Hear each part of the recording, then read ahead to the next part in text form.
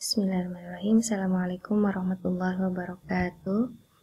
Apa kabar semuanya? Baik. Nah, kalau sebelumnya kita sudah membahas tentang hukum taklifi, maka untuk pertemuan kali ini kita akan membahas tentang hukum wad'i.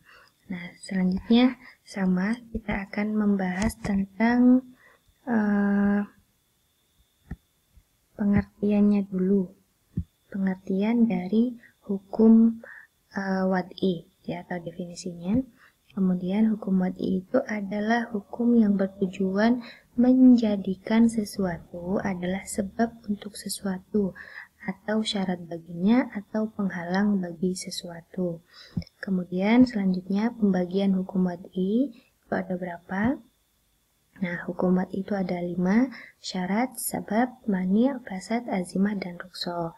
Untuk pengertian dari masing-masing hukum wad'i ini adalah yang pertama syarat, sifat pelengkap, masyrut, atau objek yang disyaratkan dalam hal yang dituntut oleh hukum terhadapnya, atau yang dituntut oleh objek itu sendiri.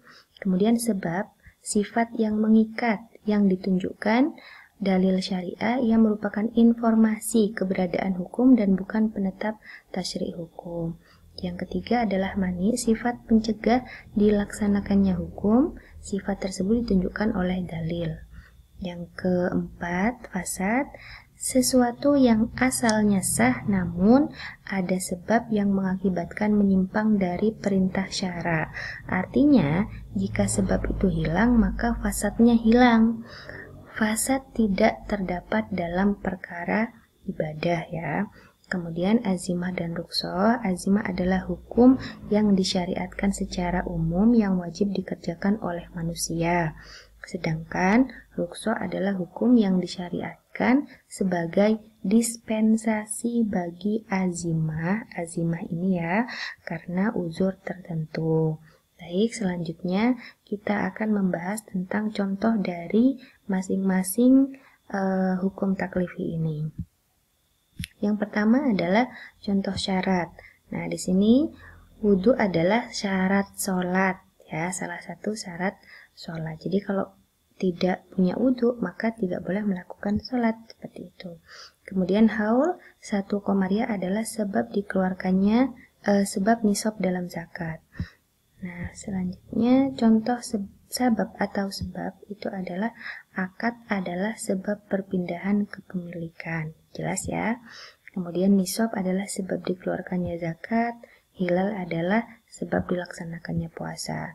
Contoh dari mani. Kemudian ini gila adalah penghalang tuntutan sholat. Jadi orang gila itu dilarang untuk melaksanakan sholat. Hutang adalah penghalang kewajiban zakat.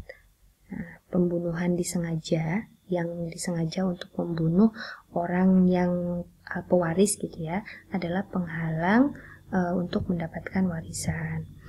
Contoh dari fasad. Nah, ini contoh pertama, jual beli orang kampung yang tidak tahu harga pasar dengan orang kota adalah jual beli yang fasad, karena harga kampung dengan harga kota itu kan berbeda ya.